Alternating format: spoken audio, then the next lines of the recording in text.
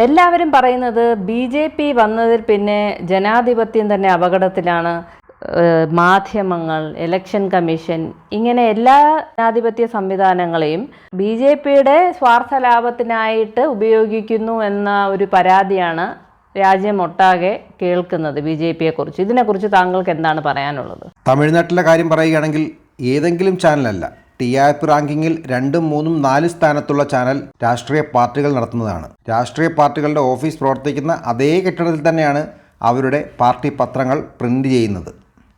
കൂടാതെ അത്തരമൊരു നരേറ്റീവ് പൂർണ്ണമായി സൃഷ്ടിക്കുന്നതും ആ പാർട്ടികളുടെ തലപ്പത്തിരിക്കുന്ന ഒന്നാമത്തെ നേതാവാണ്. പേര് ഞാൻ പറയുന്നില്ല.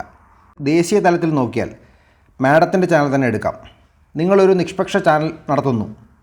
നിങ്ങൾ കൊടുക്കുന്ന 10 വാർത്തകളിൽ 5 എണ്ണത്തോട് ഞങ്ങൾക്ക് താല്പര്യമുണ്ടാകാം, 5 എണ്ണത്തോട് ഞങ്ങൾക്ക് എതിർപ്പുമുണ്ടാകാം. അതുപോലെ തന്നെ പ്രതിപക്ഷത്തുള്ളവർക്കും 5 വാർത്തകളോട് അവർക്ക് മതിപ്പുണ്ടാകും, 5 വാർത്തകളെ അവർ എതിർക്കുകയും ചെയ്യും. അതിൽ എവിടെയാണ് ഭരണകൂടം എന്ന നിലയിൽ BJPയോ ഞങ്ങളോ ഇടപെടുന്നത്? രണ്ടാമത്തെ കാര്യം, ഇലക്ഷൻ കമ്മീഷൻ രാജിവെച്ചാൽ അത് BJPയുടെ കുറ്റം. ഇലക്ഷൻ കമ്മീഷനിലേക്ക് പുതിയൊരാളെ എടുത്താൽ അതും BJPയുടെ തലയിൽ. ആദ്യകാലത്തെ ആധാർ മുതൽ, റാഫേൽ മുതൽ, കർഷക ബിൽ മുതൽ ഭരണകൂടമെടുക്കുന്ന ഏതൊരു ചെറിയ തീരുമാനം പോലും ഇന്ന് ഈ രാജ്യത്തെ സുപ്രീം കോടതിയിൽ പ്രതിപക്ഷമോ മറ്റാരെങ്കിലുമോ ചോദ്യം ചെയ്യുന്നുണ്ട്. അവിടെ നിന്ന് വിധിയും വരുന്നുണ്ട്. അവിടെ തിരുത്തലുകളും ഭരണകൂടം വരുത്തിയിട്ടുണ്ട്. പിന്നെ എവിടെയാണ്, ഏത് രീതിയിലാണ് ജനാധിപത്യ സംവിധാനങ്ങളിൽ BJP ഇടപെടുന്നു എന്ന് പറയുന്നത്? കഴിഞ്ഞ 10 വർഷമായി ഈ രാജ്യത്ത് കാണുന്ന ഒരു ദുരവസ്ഥ എന്തെന്നാൽ BJPക്കെതിരെ പ്രതിപക്ഷ പാർട്ടികൾക്ക് നന്നായി പെർഫോം ചെയ്യാൻ പറ്റുന്നില്ലെങ്കിൽ തെരഞ്ഞെടുപ്പ് രാഷ്ട്രീയത്തിൽ അവർ തുടർച്ചയായി പരാജയപ്പെടുന്നതിൻ്റെ ഉത്തരവാദിത്തം ഇത്തരം രീതിയിൽ ആരോപണങ്ങളായി ഉന്നയിക്കുകയാണ്. ജനങ്ങളുടെ വിശ്വാസമോ ജനങ്ങളുടെ വോട്ടോ നേടിയെടുക്കാൻ ആർജവമോ കഴിവോ ഇല്ലാത്ത ഒരു കൂട്ടം ആളുകളുടെ എളുപ്പവഴിയാണ് ഇത്തരം കുറ്റപ്പെടുത്തലുകൾ. പ്രതിപക്ഷം പറയുന്നത് പോലെ എന്തിനെങ്കിലുമൊക്കെ ഞങ്ങൾ നിയന്ത്രിക്കുന്നതിന് എന്താണ് തെളിവ്? എവിടെയാണ് ഞങ്ങൾ കൺട്രോൾ ചെയ്യുന്നത്? ആരെയാണ് ഞങ്ങൾ കൺട്രോൾ ചെയ്യുന്നത്? ഇത് ശരിയാണ്. തുടർച്ചയായി ഒരു പാർട്ടി എല്ലാ സംസ്ഥാനത്തും രാജ്യത്തും തെരഞ്ഞെടുപ്പുകൾ ജയിച്ചുകൊണ്ടേയിരിക്കുമ്പോൾ അവർക്ക് വേറെ മാർഗമില്ല. ലോകമാകെയുള്ള ചരിത്രം നിങ്ങൾ നോക്കിക്കോളൂ. എവിടെയെങ്കിലും ഒരു കൃത്യമായ ജനാധിപത്യ സംവിധാനം നടക്കുന്നിടത്ത് BJP പോലെ തുടർച്ചയായി ജനങ്ങളുടെ വിശ്വാസം നേടിയെടുത്ത് തെരഞ്ഞെടുപ്പുകൾ ജയിക്കുന്ന മറ്റൊരു പാർട്ടിയില്ല. ജനങ്ങൾക്ക് സ്വാതന്ത്ര്യമില്ലാത്ത ചൈനയും കൊറിയയും പോലുള്ള രാജ്യമല്ല ഞാൻ പറയുന്നത്. BJPയെ തുടർച്ചയായി തെരഞ്ഞെടുക്കുന്നത് ഈ രാജ്യത്തെ ജനങ്ങളാണ്, അല്ലാതെ ഞങ്ങളല്ല ആരാണ് ഭരിക്കേണ്ടതെന്ന് തീരുമാനിക്കുന്നത്. ജനങ്ങൾക്ക് ഞങ്ങളെ വിശ്വാസമാണ്, അതുകൊണ്ടാണ് ഞങ്ങളെ അവർ തിരഞ്ഞെടുക്കുന്നത്. തുടർച്ചയായി എല്ലാ തെരഞ്ഞെടുപ്പിലും പരാജയപ്പെടുന്ന പ്രതിപക്ഷത്തിന് വേറെ വഴിയില്ലാത്തതുകൊണ്ട് ഇങ്ങനെ കുറ്റം പറഞ്ഞുകൊണ്ടേയിരിക്കും. 2014 അവർ EVMനെ കുറ്റം പറഞ്ഞു. അന്ന് രാജ്യം ഭരിച്ചിരുന്നത് അവരല്ലേ. സുപ്രീം കോടതി വിശ്വാസമില്ല, ഇലക്ഷൻ കമ്മീഷന് വിശ്വാസമില്ല, EDയെ വിശ്വാസമില്ല, അന്വേഷണ ഏജൻസികളെ വിശ്വാസമില്ല, ഇവർക്ക് ആരെയും വിശ്വാസമില്ല. ഏതെങ്കിലും ഒരു രാജ്യത്ത് ഏതെങ്കിലും ഒരു പാർട്ടി 40, 45, 50% വോട്ടുകൾ തുടർച്ചയായി നേടിക്കൊണ്ടിരിക്കുമ്പോൾ തകർന്നുപോയ പ്രതിപക്ഷത്തിന് മറ്റു വഴിയില്ലാതെ ഈ രീതിയിലുള്ള ദുരാരോപണങ്ങൾ ഉന്നയിക്കുന്നതാണ്. നരേന്ദ്രമോദി എന്ന പ്രധാനമന്ത്രി രാവിലെ 3 മണി വരെ ഉറങ്ങാതിരുന്ന് വർക്ക് ചെയ്യുകയാണ്. ഞങ്ങളുടെ പ്രവർത്തകർ ബൂത്തിൽ രാപകലില്ലാതെ പണിയെടുക്കുകയാണ്. 7 മണിക്ക് ഏതെങ്കിലും രാജ്യത്താണെങ്കിൽ വൈകുന്നേരം ബംഗാളിൽ റാലിയിൽ പങ്കെടുക്കും. അതിനുശേഷം തമിഴ്നാട്ടിൽ റാലിക്ക് വരും, പിന്നീട് കാശ്മീരിൽ പോകും. അങ്ങനെ തുടർച്ചയായി പ്രധാനമന്ത്രി വർക്ക് ചെയ്യുന്നവർ കാണുന്നില്ല. പ്രധാനമന്ത്രി നരേന്ദ്രമോദിക്ക് വേണ്ടിയും ഈ പാർട്ടിക്ക് വേണ്ടിയും ഈ രാജ്യത്തിന് വേണ്ടിയും BJPയിലെ പ്രവർത്തകർ നിസ്വാർത്ഥരായി പണിയെടുക്കുന്നത് ഇവർ കാണുന്നില്ല.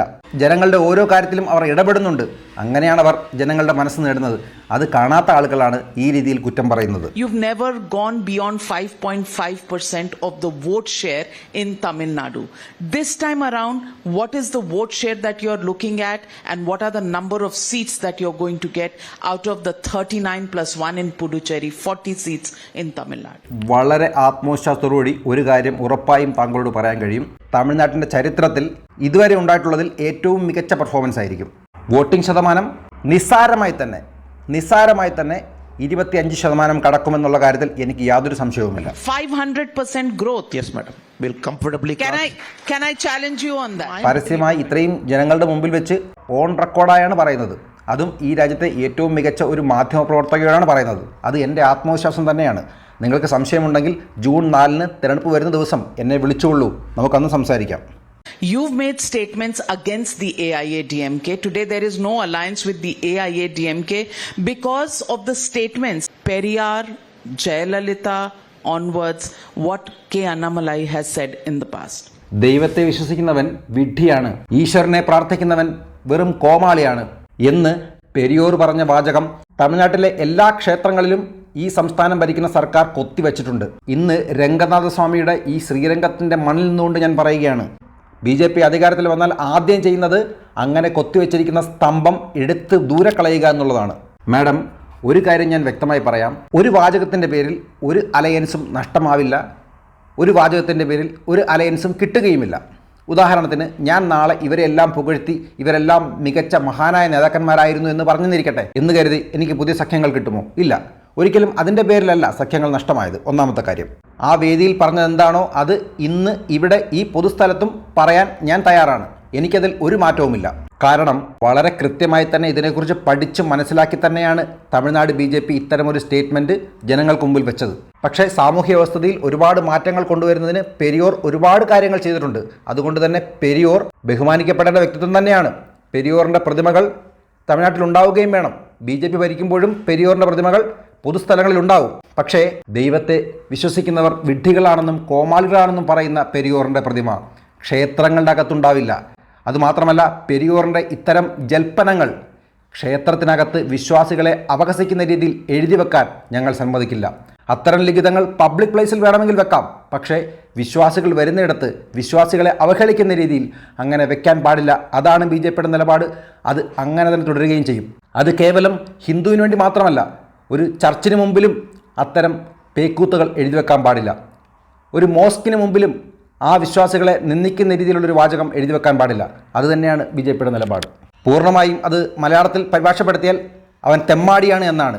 ഏത് വിശ്വാസവും ആചരിക്കാൻ അവകാശമുള്ള ഒരു സമൂഹത്തിൽ ഇത് തെറ്റാണ്. പെരിയോർ അങ്ങനെ പറഞ്ഞതിനെ വിശ്വസിക്കാനും ആളുകൾക്ക് അവകാശവും അധികാരവുമുണ്ട്. പക്ഷേ വിശ്വാസികൾ വരുന്നയിടത്ത് പെരിയോറിൻ്റെ അത്തരം വാചകങ്ങളോ പ്രസംഗങ്ങളോ രൂപങ്ങളോ വേണ്ട എന്നുള്ളതാണ് ഞങ്ങളുടെ നിലപാട്. അത്തരം വാചകങ്ങൾ പബ്ലിക് പ്ലേസിലേക്ക് മാറ്റപ്പെടും. ആ വാചകത്തെ വിശ്വസിക്കുന്ന ആളുകൾ അവിടെ ചെല്ലുക, പെരിയോറിന് മാലയിടുക, ആദരിക്കുക, ആശംസ അർപ്പിക്കുക. പക്ഷേ അത് ക്ഷേത്രത്തിൽ വേണ്ട എന്നുള്ളതാണ് ഞങ്ങളുടെ നിലപാട്. വളരെ വ്യക്തം തന്നെയാണ്, അതിലൊരു മാറ്റവുമില്ല. ഞങ്ങൾ അധികാരത്തിൽ വന്നാൽ അങ്ങനെ ചെയ്യുക തന്നെ ചെയ്യും. ജനങ്ങൾ ഇക്കാര്യത്തിൽ വ്യക്തതയുള്ളവരാണ്. അവർ ഞങ്ങളോടൊപ്പമാണ്. അത് മനസ്സിലാക്കിയതുകൊണ്ടാണല്ലോ അവർക്ക് പല കാര്യങ്ങളിലും പിന്മാറേണ്ടി വന്നത്. അല്ലെങ്കിൽ ഞാൻ ഇവിടെ ചലഞ്ച് ചെയ്യാൻ ആഗ്രഹിക്കുന്നു.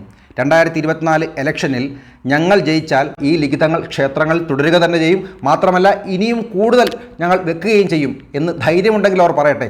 ഇതേ വിഷയം തന്നെയാണ് ഉദയനിധി സ്റ്റാലിൻ സനാതനധർമ്മത്തെ അപഹസിച്ച് പറഞ്ഞപ്പോഴും ഞങ്ങൾ ചോദിച്ചു, 2024 തെരഞ്ഞെടുപ്പിൽ നിങ്ങളുടെ മുദ്രാവാക്യമായി ഇത് വെക്കാൻ നിങ്ങൾക്ക് ധൈര്യമുണ്ടോ എന്ന്.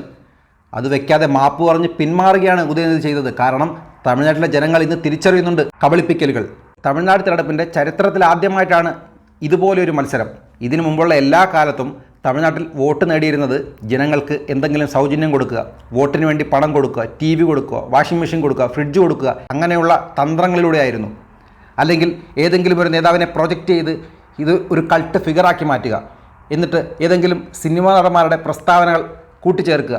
ആ രീതിയിലൊക്കെയാണ് തമിഴ്നാട്ടിൽ പാർട്ടികൾ തെരഞ്ഞെടുപ്പിൽ ജയിച്ചിരുന്നത്. പക്ഷേ ഇത്തവണ എല്ലാം മാറി. ആ നരേറ്റീവുകൾ തന്നെ ഞങ്ങൾ മാറ്റി. ഞങ്ങൾ നരേന്ദ്രമോദി ഗവൺമെൻറ് ഇത്രയൊക്കെ ചെയ്തു, ഇനി ഇത്രയൊക്കെ ചെയ്യും എന്ന് ഞങ്ങൾ ജനങ്ങൾക്ക് മുമ്പിൽ വെക്കുന്നു. അതുപോലെ DMKയ്ക്ക് ഞങ്ങൾ ഇത്രയും കാര്യങ്ങൾ ചെയ്തു, ഞങ്ങൾ ഇനിയും ഇതൊക്കെ ചെയ്യും എന്ന് പറഞ്ഞ് വോട്ട് നേടാൻ ധൈര്യമുണ്ടോ? 2024ലും 2026ലും ഞങ്ങൾ പറയുന്നത് ഇതുതന്നെയാണ്. നരേന്ദ്രമോദി ഇത്രയും കാര്യങ്ങൾ ചെയ്തു, നിങ്ങൾക്ക് ഇഷ്ടമുണ്ടെങ്കിൽ വോട്ട് ചെയ്യൂ, ഇഷ്ടമില്ലെങ്കിൽ വോട്ട് ചെയ്യേണ്ട. DMK സർക്കാർ എന്ത് ചെയ്തു എന്ന് നിങ്ങൾ ചിന്തിക്കൂ.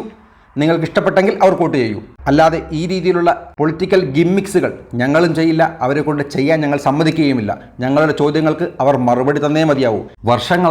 വർഷങ്ങളായി തമിഴ്നാട്ടിൽ DMKയും അവർക്ക് മുമ്പുള്ള പാർട്ടിയിലും നേതാക്കന്മാരും ഒക്കെ ചെയ്തിരുന്നത് സനാതൻ ധർമ്മ എന്നാൽ അതൊരു ബ്രാഹ്മണിക്കൽ മേധാവിത്വം എന്നുള്ള രീതിയിലാണ് ജനങ്ങളോട് പറഞ്ഞിരുന്നത്.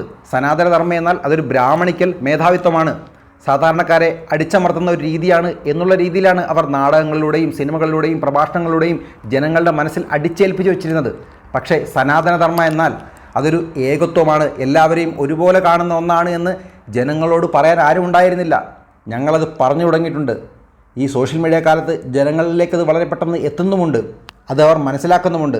ആ തിരിച്ചറിവ് കൊണ്ടാണ് ഉദയനിധി സ്റ്റാലിന് സനാതനധർമ്മ വിഷയത്തിൽ മാപ്പ് പറഞ്ഞ് പിന്മാറേണ്ടി വന്നത്. അവർ എല്ലാ കാലത്തും ബ്രാഹ്മണ സമൂഹത്തെയാണ് വില്ലന്മാരായി കണക്കാക്കുന്നത്. എനിക്ക് മനസ്സിലാകുന്നില്ല, ഈ 21ാം നൂറ്റാണ്ടിലും ഈ 2024ലും എന്തിനാണ് വെറും 1% 2% മാത്രമുള്ള ഒരു സമൂഹത്തെ ഇങ്ങനെ വില്ലന്മാരായി പരിഗണിക്കുന്നതെന്ന്, അവർ എന്ത് ദ്രോഹമാണ് ഈ കാലത്ത് ചെയ്തതെന്ന് എനിക്ക് മനസ്സിലാകുന്നില്ല. ഇതല്ല ഇവിടെ ഒരു ഭരണകൂടം എന്ന രീതിയിൽ ചെയ്യേണ്ടതും ചെയ്യാതിരുന്നതുമാണ് നമ്മൾ ചർച്ച ചെയ്യേണ്ടത്. അവർ പൊതുസ്ഥലങ്ങളിൽ സ്ത്രീകളെ അപമാനിക്കും, ദൈവങ്ങളെ അപമാനിക്കും, ബ്രാഹ്മണരെ അപമാനിക്കും. ഇങ്ങനെ സമൂഹത്തിൽ ഭിന്നിപ്പുണ്ടാക്കാൻ വേണ്ടി ഓരോന്നും പറഞ്ഞുകൊണ്ടേയിരിക്കും. രാഷ്ട്രീയ പാർട്ടികളെ അപമാനിക്കും. എന്തിന് പ്രധാനമന്ത്രിയെ പോലും വെട്ടിക്കൊല്ലുമെന്നാണ് ഈ തമിഴ്നാട്ടിലെ ഒരു നിയമമന്ത്രി പറഞ്ഞത്. അങ്ങനെയെങ്കിൽ ഈ സോഷ്യൽ മീഡിയയൊന്നും ഇല്ലാതിരുന്ന കാലത്ത് ഇവരെന്തൊക്കെയായിരിക്കും പറഞ്ഞിട്ടുണ്ടാവുക? തീർച്ചയായും ഇത്തരം പൊളിറ്റിക്സ്, ഈ വൃത്തികെട്ട രാഷ്ട്രീയം തമിഴ്നാട്ടിൽ നിന്ന് കടപുഴക്കുക തന്നെ വേണം. അതിനുവേണ്ടിയാണ് ഞാൻ വന്നത്. പ്രധാനമന്ത്രി നരേന്ദ്രമോദിക്ക് വേണ്ടി ഞങ്ങൾ പ്രവർത്തിക്കുന്നത്. അതിൻ്റെ റിസൾട്ട് ജൂൺ 4 തീർച്ചയായും മാഡത്തിന് കാണാൻ കഴിയും.